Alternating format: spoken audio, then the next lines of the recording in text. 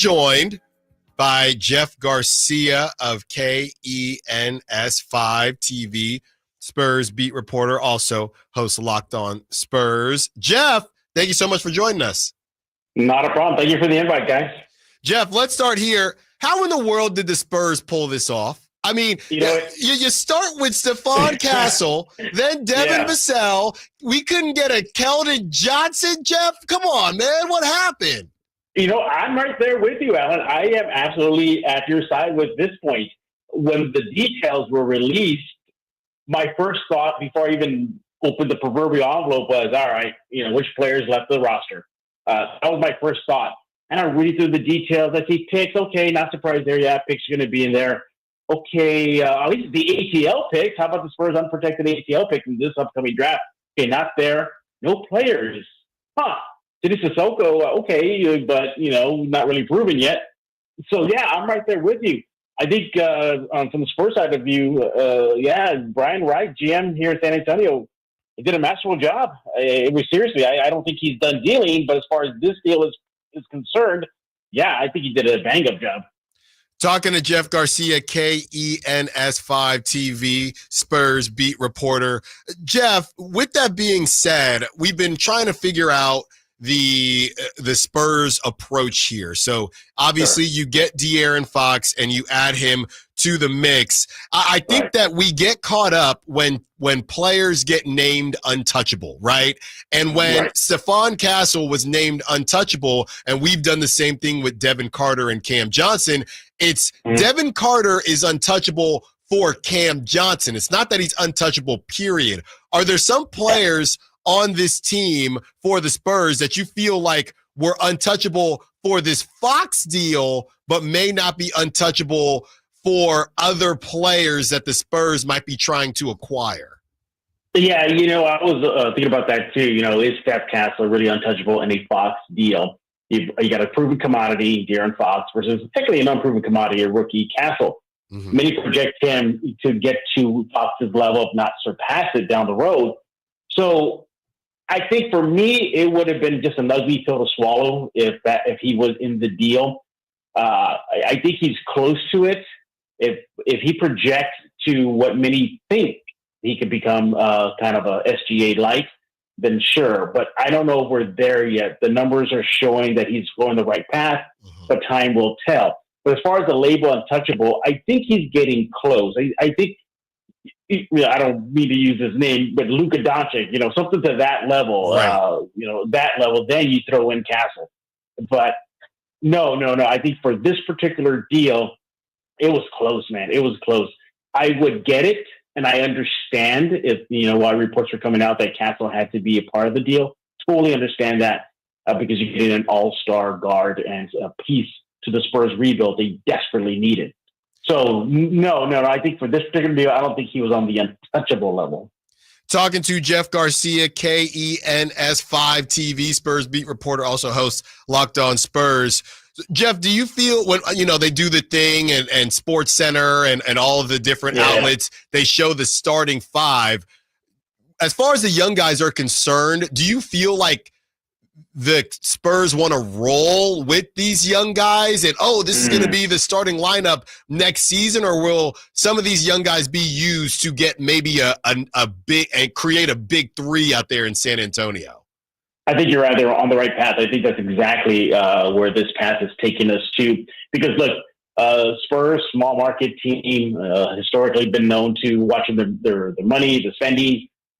You possibly could have that right now if Castle does emerge as the player that many think he'll become. So Castle, Fox, and Wemby, that's not a bad trio there. But barring that, you look at the roster and guys are going to have to start getting paid soon.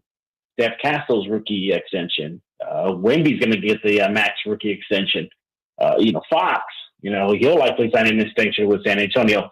So you're looking at, who's left? So you got your Keldon Johnsons, your Devin Vassell. If you look at those deals, those decline after they sign their recent extension, so they get cheaper on the books.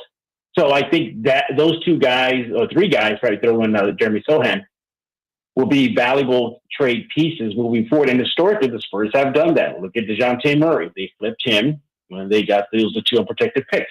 Look at Derek White. They flipped him, and they got more first-round picks from Boston. And again, similar deals, extensions, traded down the road. When DeJounte was the player here in San Antonio, many thought, oh, no, he's not going to get traded. He's going to take, a sweetheart deal, for that. And, it happened. It happened. Atlanta wanted to give up those unprotected picks. So no, I would not say those 3 guys, if you're looking at the sell, Keldon, I think those are the 3 guys that can still move pieces. And you got to ask yourself this, too. Prior to the Fox deal, which, by the way, was officially announced right now as we speak by the San Antonio Spurs, so it's official now. Yeah. Many thought Devin was going to be the 1-2 punch with Wemby, but the book was still out. Can he emerge? He's been a little injury prone. He's inconsistent. But when he's consistent, my goodness, that's a 20-point-a-night scorer. So the book was still out on him. Now that you have a solid 1-2 punch, Wemby and Fox, where does that leave Devin? Does that push him, to the bench? Who gets left off the bench? Off the starting lineup now. What about CP3? What's going to happen with him? He came to San Antonio because he wanted to hoop. He wanted to get burned on that court. He didn't like his role with the Warriors. Is that now going to happen to him? Did the Spurs waive him? Let him go chase a ring somewhere else. So good problem to have here in San Antonio, but nevertheless, I do believe some of the younger pieces they have on board right now are going to be good chips to flip if the Spurs need to do that come this offseason or this week. Yeah, could happen quickly. Talking to Jeff Garcia, KENS5 TV Spurs beat reporter, hosts Locked On Spurs as well. And as Jeff mentioned, it is official from both sides, the Kings side as well. De'Aaron Fox is gone. And Zach LaVine is in the building. De'Aaron Fox is out in that river walk in San Antonio. I still got to get out there, Jeff, and check all that out. Jeff, as far as the other players, obviously Wembanyama is going to be generational, right? Prior to the De'Aaron Fox situation, were you hearing about De'Aaron Fox before he came out and said, this is where I want to go? Were you hearing about De'Aaron Fox? And were there any other players that the Spurs were targeting, I guess, from a guard or number 2 position? Right. Funny you say number 2. He'd be wearing number 2 in San Antonio. Right. So that'll be the new jersey there. Yes, the Fox rumblings were popping up before, it really got heated. So, you were hearing a lot of that, like Fox to San Antonio. Everybody pointed to the connections he has in San Antonio from, his partner from San Antonio, grew up near San Antonio in Katy, Texas. A couple of years ago, during the All-Star break, I think this kind of went under the radar. When there were the media huddles there, he mentioned the Spurs a lot. He talked about how, as a young kid, he would go and watch the Spurs Big Three, Duncan, Manu, and Tony, watch them hoop. This is another thing, too. He flew in young women high school players to his camps in Sacramento that were from San Antonio to help him run it. And he also said that one of his favorite players is Manu Ginobili. So you put all those tea leaves together, he definitely would like to come to San Antonio, and it happened. Right. So, yes, as far as the other guards are concerned, sure, you heard the rumblings of Darius Garland. Trae Young was a big one, too. I remember that. It was a fever pitch in San Antonio.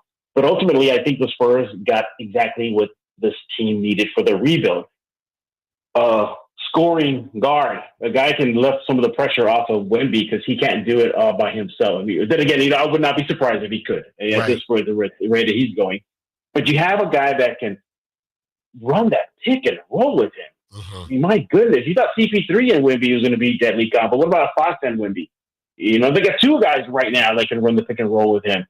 Hit that mid-range shot, hit the long ball, run in transition, score in transition, get the transition going. That's exactly what the Spurs needed. Now, it's a good piece for the rebuild, but are they out of the woods yet? No. I still think they lack quality bigs. They really don't have any. And you can see the effects on Wemby when he has to sit out and then he comes back in. He looks a little gassed at times. Floor spreading is another big one the Spurs definitely need, but I believe Jordan McLaughlin that came from Sacramento. Right. I think that could help in the interim. I don't know if that's just a Band-Aid, but the Spurs desperately need floor spacing. Would Wemby is perhaps one of your biggest floor spacers, your best floor spacers? That's not a good sign. It's not a good sign. You need that a guy that can knock down the long-range ball. They have it somewhat in Julian Champagnie. He's been kind of erratic of late. He looks like he's trending back up, so that's good. But no. Good piece of the rebuild. Are they out of the woods yet? Not quite yet, but they're there. Well, look, Jordan McLaughlin wasn't getting any time on the Kings, so maybe you guys can utilize him. And I don't want to hear that about Julian Champagnie because he sure does find that three ball out here in Sacramento whenever he faces the Kings. And you know what, guys? As much as the Spurs fans were rejoicing the deal and whatnot, there was still a big chunk of them that kind of felt for you guys out in Sacramento, the fan base, because it was into this level. But I mean, Kawhi Leonard situation, that was a mess. But a lot of Spurs fans felt the fan base's pain in Sacramento. They understood what y'all were going to go through. And and by the way, yes, you have a few disgruntled Sacramento Kings that are going to the Locked On Spurs YouTube page and leaving some not for radio comments about Fox. So listen, there's a lot of hurt feelings, and I get it. But here's my question for you guys: will Fox get booed or just applauded when he returns to Sacramento as a Spur? I don't. And what is that? March 5th? I think I looked it up. I don't think he'll get booed. I hope he doesn't get booed. And I don't think so. I'd like to. I feel pretty good about the Kings fan base, and they'll appreciate De'Aaron Fox. I think the one thing, Jeff, before we get you out of here is De'Aaron Fox in the question of the effort every single night.